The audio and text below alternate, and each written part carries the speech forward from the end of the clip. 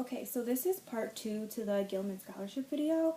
So if you haven't watched part 1, you probably should go watch it first and then watch this one. For this video, I'm just going to give you some recommendations about things to do when applying for the Gilman scholarship. So the first thing, as I said in the first video, is start early. I waited maybe 4 or 5 days before everything was due to start the whole process.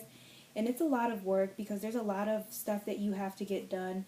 You have to get a financial aid advisor to certify your application. You have to get a study abroad advisor to certify your application. So it took me a long time just to figure out who those people were before I could even ask them to do my scholarship stuff. You also have to fill out a whole bunch of information about financial aid, tuition, scholarships. Like, they want to know a whole bunch of information. And it's just a lot to do in 4 or 5 days if you have other stuff to do on top of that. So it made it really, like, I spent late nights working on this scholarship because I had homework to do that had to be done first, because I waited until it was like my busiest week to decide that I was going to apply for the scholarship. There's a lot of paperwork. You have to also get a transcript filled out. Like, it's a lot of work, but it's worth it in the end, and it's pretty easy. It's stuff that you can do on your own. You don't need someone else's help with. Like, you don't have to have recommendations or anything. So that's what I really liked about this scholarship, because I always feel bad asking people for recommendations over and over and over again. For this scholarship, besides all that information, there's 2 essays that you have to write. The first essay is the statement of purpose essay, and that's just basically telling the people who are going to read your essay why you're applying for this scholarship, who you are, why you deserve this scholarship.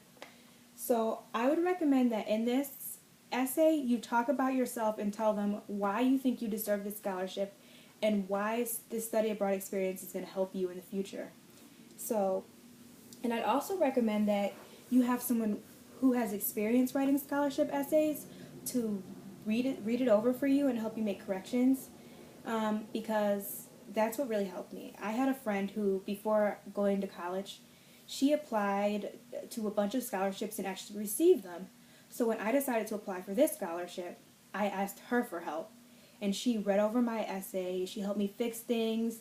I was so grateful because we were up till like 2 in the morning working on this essay, like the day before it was due, and she put aside her homework to help me. And because of her, I received this $4,000 scholarship, and I was able to study abroad. So I highly recommend that you have someone read over your scholarship who has some kind of experience with writing, scholarship essays, or just writing in general. Just so, because sometimes there's mistakes that in your essay that you don't notice, or you repeat something over and over again that you don't catch on to, but someone else will. So even if you think you're the greatest writer, I recommend that you have someone else read it over. The second essay that you have to write is you have to come up with a follow-on service project. So this is something that you are going to do once you return from your study abroad experience. And you have 6 months to do this. So mine is due in June, which is 6 months from when I came back from Spain. So the follow-on service project is just basically how you're going to promote the Gilman Scholarship in international education.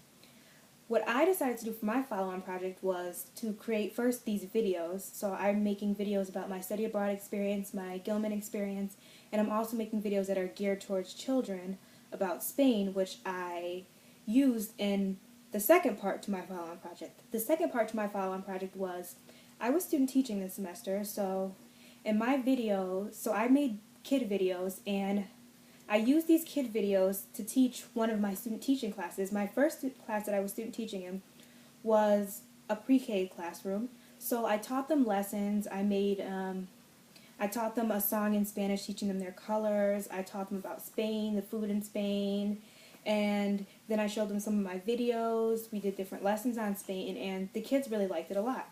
So that was my second part of my follow-on project. I highly recommend that you make sure that this follow-on project is something that you can do. I've heard of people making blogs.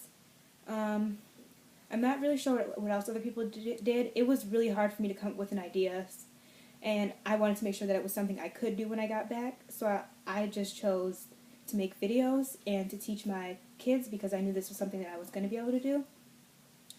So I think that you should just put a lot of thought and effort into it and make sure it's something that you know for a fact that you can do when you get back. You do have the option of changing it. I'm not sure how hard it is to change it because you have to get it approved, but I recommend that you just make it something that you are positive that you can do. Um, so that's pretty much all I have to say about the Gilman Scholarship. But if you have any questions, you can just post it below and I'll answer any questions that you have. I'm more than happy to help with anything. So if you have any questions, let me know.